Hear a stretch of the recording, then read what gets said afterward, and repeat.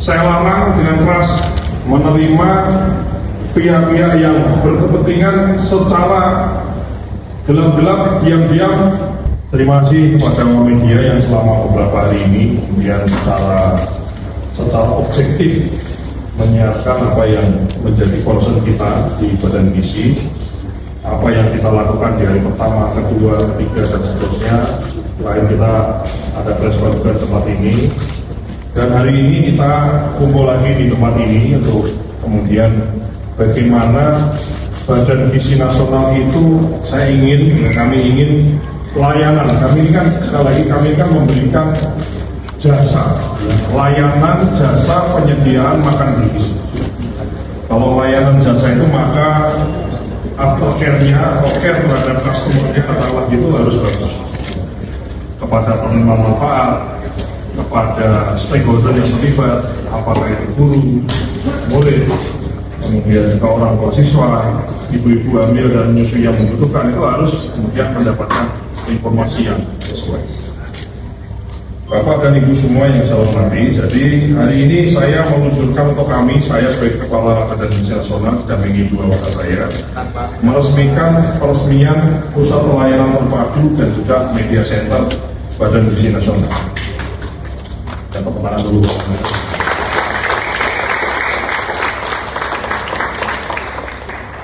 Ini menunjukkan komitmen sebagaimana sudah saya sampaikan di awal-awal dulu. Kita ini maunya terang benderang, tidak ada yang sembunyi-sembunyi, tidak ada yang diam-diam, tidak ada yang gelap-gelap, semua harus terang benderang. Maka pusat pelayanan terpadu itu adalah zona hijau namanya. Jadi semua orang diterima di tempat. Zona hijau di mana orang boleh ketemu sama orang di tempat itu. Maka ada juga kalau ada zona hijau, maka ada namanya zona merah. Zona merah itu misalnya seseorang yang berkepentingan itu ketemu dengan pejabat dengan kepentingan dia, itu nggak boleh. Ya, jadi segala aduan, segala hal yang memang perlu dibicarakan harus dibicarakan secara resmi.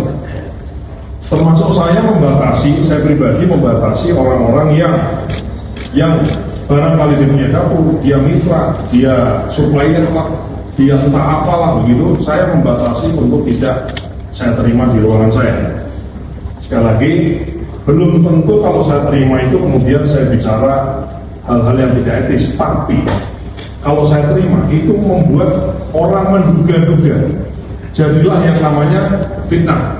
Jadi saya daripada menjadi diduga-duga oleh orang, apalagi diduga-duga oleh publik, diduga-duga oleh netizen, diduga-duga oleh masyarakat, dan itu diduga-duganya adalah diduga-duga yang negatif, lebih baik itu kita hindarkan. Dan saya bersama dua wakil saya berkomitmen dan kami membawa budaya ini sampai ke level bawah.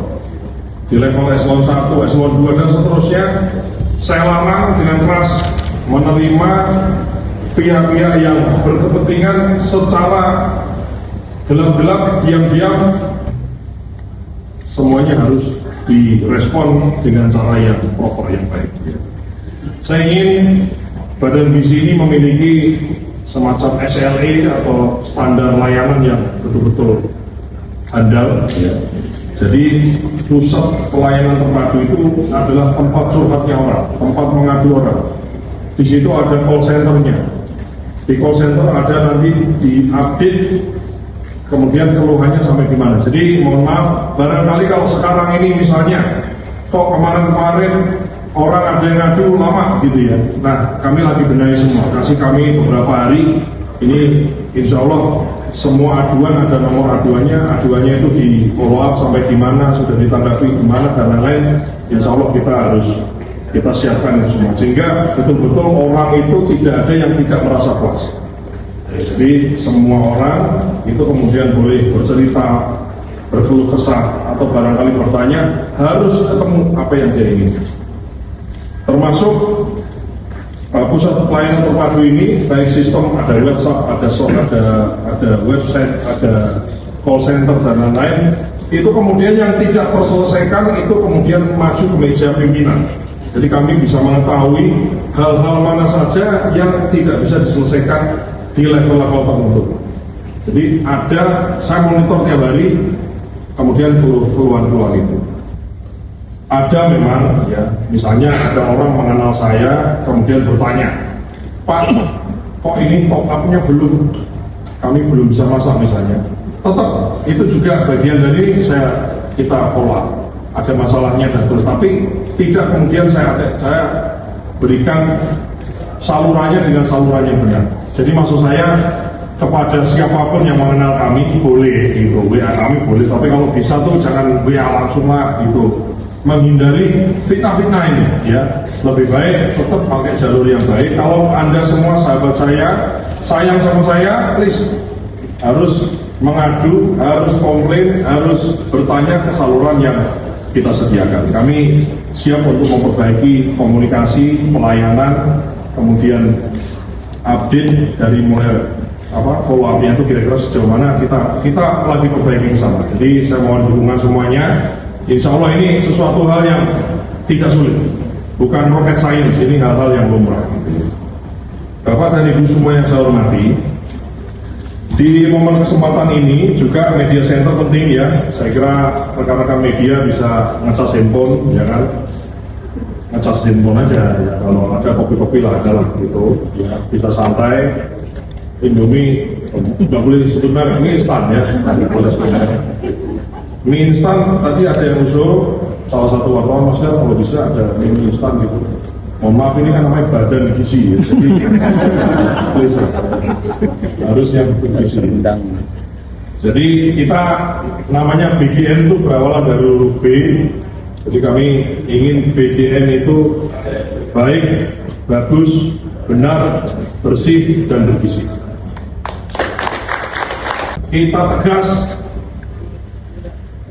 dalam menegakkan peraturan, kita tegas dalam ibaratnya kita memberantas hal-hal yang tidak baik, tapi kita juga harus apresiasi dari sekian banyak hal yang sudah baik, kita harus apresiasi. Mitra yang baik, kita apresiasi. SPBG yang baik, kita apresiasi.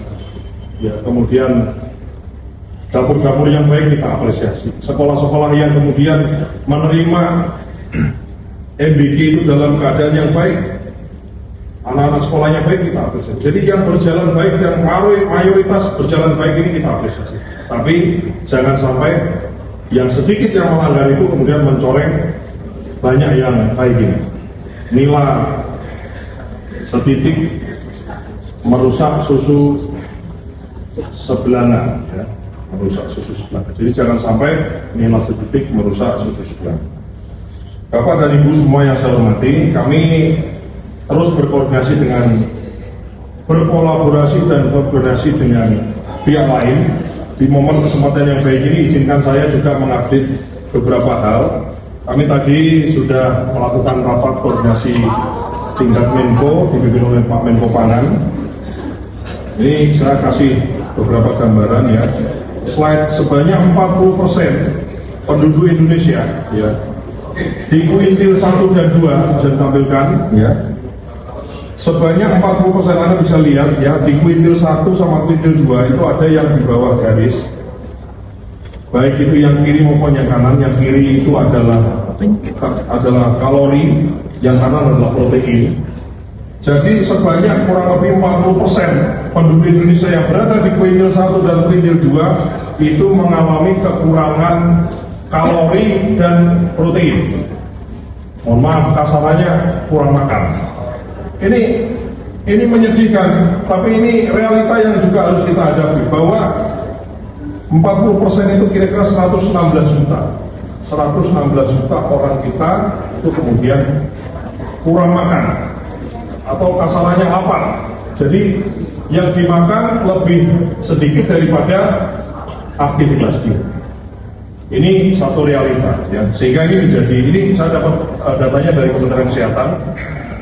Selanjutnya ada juga pertanyaan mengenai, Pak, ini kan banyak sekali masuk melalui sosial media, ada yang WhatsApp ke kami, ada yang telepon, ada yang ngasih masukan macam-macam melalui saluran S Sagi itu juga ada orang menanyakan mengenai 3T. Orang concern sama 3T. Ini kami paparkan berdasarkan SSGI tahun 2024 ya. peta sebaran prevalensi stunting di Indonesia di tahun 2024. 20 kabupaten kota terendah, 182 kabupaten sedang, 220 kabupaten kota tinggi, dan 92 kabupaten kota sangat tinggi. Maka berdasarkan ini hanya peta, tentu saja kalau diklik kita bisa tahu data detailnya di provinsi mana, kabupaten mana, kecamatan mana, desa mana kita tahu. Maka kita ingin selain kita berbenah apa yang sudah berjalan ini, kemudian kita pastikan berjalan dengan baik, yang bagus kita apresiasi. Namun kita sedang mempersiapkan diri untuk bagaimana kita bisa mengintervensi langsung, memberikan gizi yang pas, yang sesuai, yang dibutuhkan, khususnya di daerah-daerah yang memang angka stuntingnya tinggi dan sangat tinggi. Jadi nanti ada beberapa dapur, ada beberapa SPPG, ini kita lihat yang tinggi dan sangat tinggi stuntingnya ini, kemudian di mana kita lihat sudah ada nggak dapur di situ. Kalau ada segera kita aktifasi, kalau belum dan lain-lain kita fokus ke situ dulu. Sambil kita menata yang memang sudah bagus, kita teruskan bagus, yang kemudian yang lain-lain kita perbaiki. Jadi kita ini punya data balita. Data balita dapat MBG enggak? Bisa tahu, karena kita akan based on, atau kita sudah based on NIK. Jadi anak-anak itu walaupun NIK kan nomor induk kependudukan, nggak harus dewasa, anak baru lahir sudah ada NIK-nya.